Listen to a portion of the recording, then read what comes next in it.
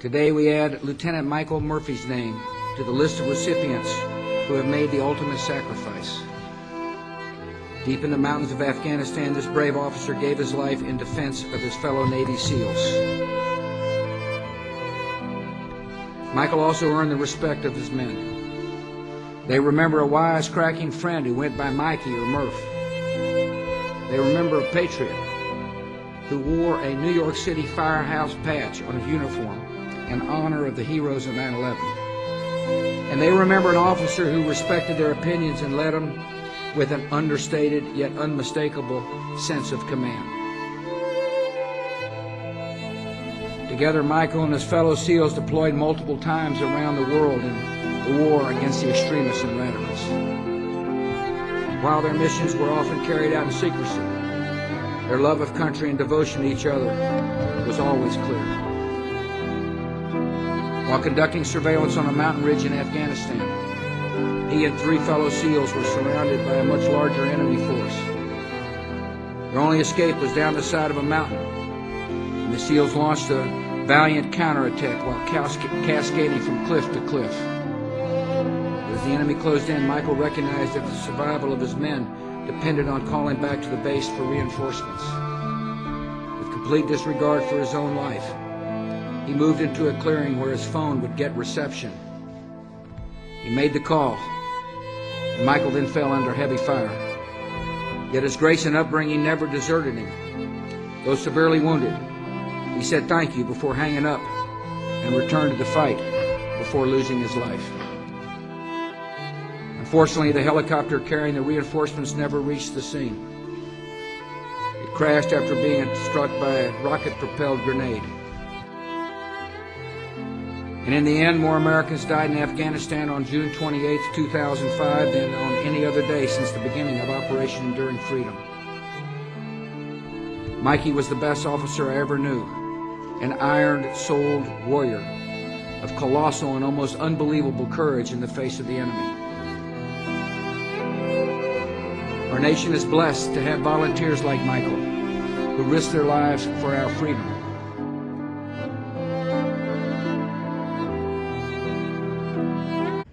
Hello cadets, this is an update to the Murph Challenge. I know the video that we did, I think it was last week, I briefly mentioned that we're going to do the Murph Challenge as we do every year. I believe this is the 5th year we've been doing it. So today is specifically about the Murph Challenge, the day we do it, and kind of how we're going to break down what the workout is, why we do the workout, and exactly how there's modifications to the exercises and the way that we do it. So the first thing I'm going to say is, why do we do it? So we'll talk about when we do it. So this is something that's done nationwide every Memorial Day. It started with CrossFit gyms around the nation. And it's done to honor all our fallen veterans. And the workout itself is called the Murph. It's named after Michael Murphy. I know you saw the intro video at the beginning of this video. This is a workout that he used to do while he was in the Navy. He called it body armor, so he would put on a 20-pound weighted vest and do the workout that we're going to explain right now. And so this is, once again, when we do this workout, when you sign up to do it, we want to make sure you got to know what you're doing, why you're doing it.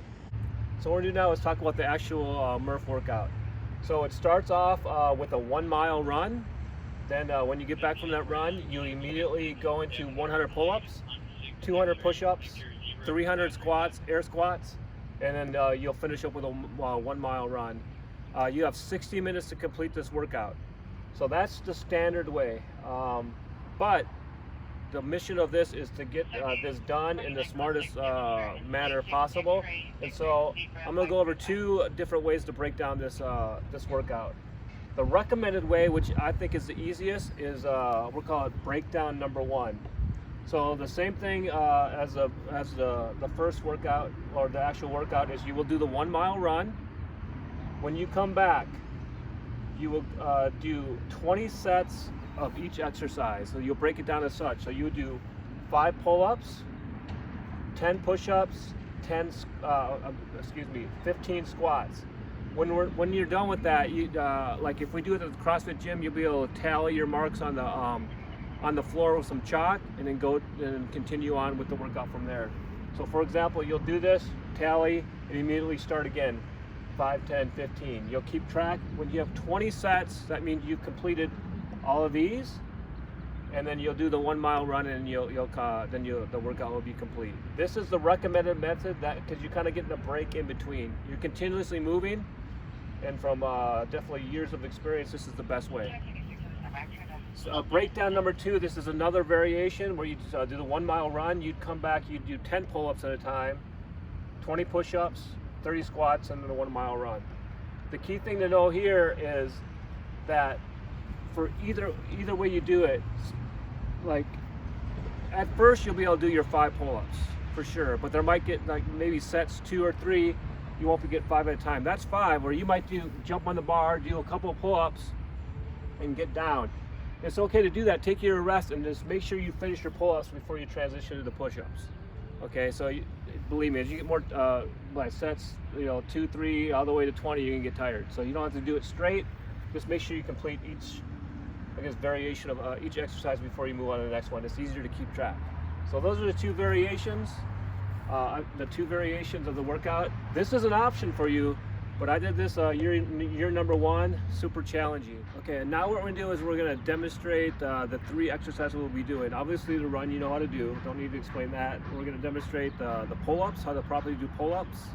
Also go over some modifications for pull-ups. We're gonna go over the push-ups, modifications with push-ups, and the squats. The squats, nobody should have to modify that one. So let's get started with the pull-ups first. We're gonna go over demonstrating the pull-up. So this is the actual pull-up that we're gonna do. This is like a part of a jungle gym, so it's not the perfect setup, but this is gonna demonstrate a pull-up bar. So to execute a pull-up properly, obviously you can get your overhand grip or underhand grip. I'm gonna do them overhand because it's easier for me. So what we're gonna do is you're gonna mount the bar. Obviously the bar is gonna be higher than this. You're gonna come to a dead hang and you're gonna pull up and you're gonna continue. Okay, let's go over some modifications. So with this one, you can use what's called a kip. I mean, you can kind of move your body in a way to assist. I'll demonstrate. So a kip is kind of like just kind of doing like a motion like this to try to assist you. As long as your chin gets above the bar, it counts as a pull-up. That's number 1. A modification if you're using a pull-up bar. So a lot of you might have a pull-up bar you can mount in your door frame at your house. A way to modify this is to use a chair. So I'm going to use this. This is a perfect example because I'm standing on a platform here. I can mount the bar, and I can use a little bit of my body weight to spring me up. These are called jump pull-ups. So this is a modification. So you basically spring up, jump up a little bit, and you use it just a little bit. So you don't want to jump like this because it turns into a jump. So just use enough to get yourself propelling above the bar and then slowly lower yourself down. Okay, so this is going to be modification number 2. So in this case, I'm using jump rope. Okay, what I've done is I've mounted this onto the chain link fence. You can do this in different objects in your home. Just make sure whatever you mount it to, it's sturdy. Like do a test before you get started. And these are jump ropes, but you can use any kind of rope. I'm doing this for a purpose. This should be stuff that you have around your house that you can modify to make into a way to do modified pull-ups. So let me demonstrate. So what you're gonna do is you want to grab them here and you want to kind of wrap them around and get a grip. Okay, with ropes it might be a little bit easier, and if you want to use some kind of a t-shirt to make it so your hands don't get a lot of friction there, that's fine. So what you're gonna do, once you get your grip, try to get it even on each side. So I'm gonna go, this is an easy method. Lean back and you're just gonna pull up. This is super easy. Okay, but you want to challenge yourself. So the closer my legs get to the fence or the anchor point, it's gonna be harder. So this is a little bit harder. Okay, and this is the way a lot of you did it in the gym last year. Okay, this is modification. So you do your same thing. These will modify the pull-ups. Okay, that's harder, easier. So make sure you challenge yourself with the distance. Okay, now we're going to move on to demonstration of the push-ups. Like I said, all of you know how to do push-ups, but I want to make sure that we do them right and give you the modification way. So for a push-up, okay, I just got done with my pull-up set. Now I'm going to my push-up set. In this case, I got to do 10. Okay, so you get in position quickly. I recommend your arms being about shoulder width apart, directly underneath your shoulders. Back is straight, and you can execute 10 push-ups. Okay, that's the normal way. If you have to modify these push-ups, we're not going to do them on your knees. There's a lot of ways to make those go wrong. All you're gonna do for the modified, you're gonna release your body all the way to the ground and you push up. Okay? To whatever whatever number you need to get to. 10 and you're done. Once you're done with that, then you move on to your squat. The last one is a squat. I know you know, once again, I know you know how to do it, but I want to make sure that you understand what we're looking for this workout. So for a squat, obviously you start here. You don't have to have your hands on your hips. I recommend having your hands in front of your body. It just kind of stabilizes everything.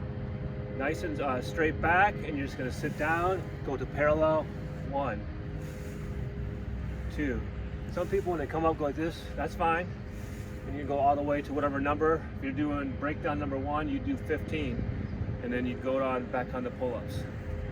Okay, that's the squats. Okay, so we did a full explanation of the entire workout, ways to break it up, modifications to the exercises, and I hope that works out. So the way we demonstrated here, this is how we're gonna do it virtually. So you do your mile run, which you'll make sure before you do your mile run, you map it out around your house so you know where to go. Okay, then you modify the workout how you need to do it. This is the at-home version. We are really hoping that we're able to do it at the CrossFit gym. We do it every year. Right now, we're about 6 weeks out from the Memorial Day Murph Challenge, and like I said, we're really hoping that we're able to do it as a group at the CrossFit gym. If that's the case, then everything kind of still applies, and they actually have exercise rings and some pull-up bands for you to use at the CrossFit gym. So, today is April 14th.